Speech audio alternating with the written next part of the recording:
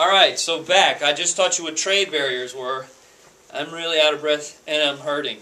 But anyway, if you watch trade barriers, then you know that there are three different kinds of trade barriers. And these are man-made barriers, okay? And when we say trade, it's the moving of resources back and forth between two entities, okay? So like consumers and producers, they trade money for stuff. I mean, that's what trade really is all about.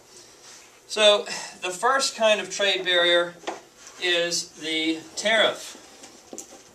And I don't know if I'm spelling this right.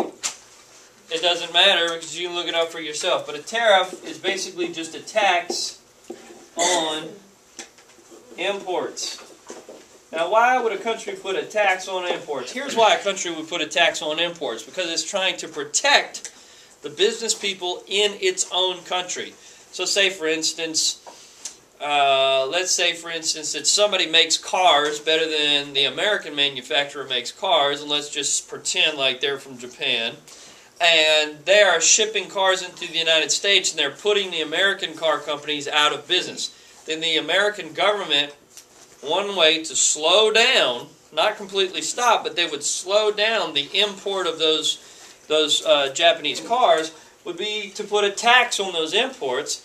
So that makes the price of those cars go up. Therefore, they sell less of them. The American car company gets to stay in business. The next kind of trade barrier that there is a quota. A quota is a limit on the number of imports. Well, why would you do that? Same reason. You're trying to protect the business that's going on in your country. So if you limit the amount of imports, you're actually slowing trade down between those foreign competitors that are coming into your country. Now, the last and most serious trade barrier, of course, is called the embargo.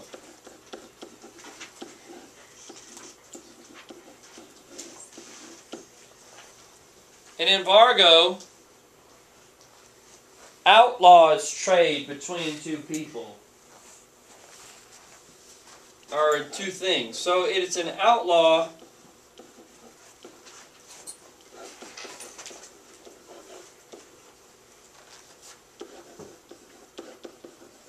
between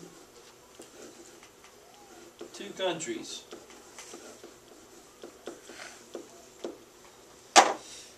We have an embargo with Cuba, and the reason we have an embargo with Cuba is we were trying to actually, the purpose of an embargo is to make things so economically difficult in that country that the people actually start to demand that things change from their government. So we didn't like the communists in the Cold War.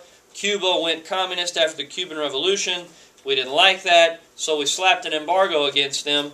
And we were trying to make them miserable. Now, the way that an embargo does not work, here's how it becomes ineffective.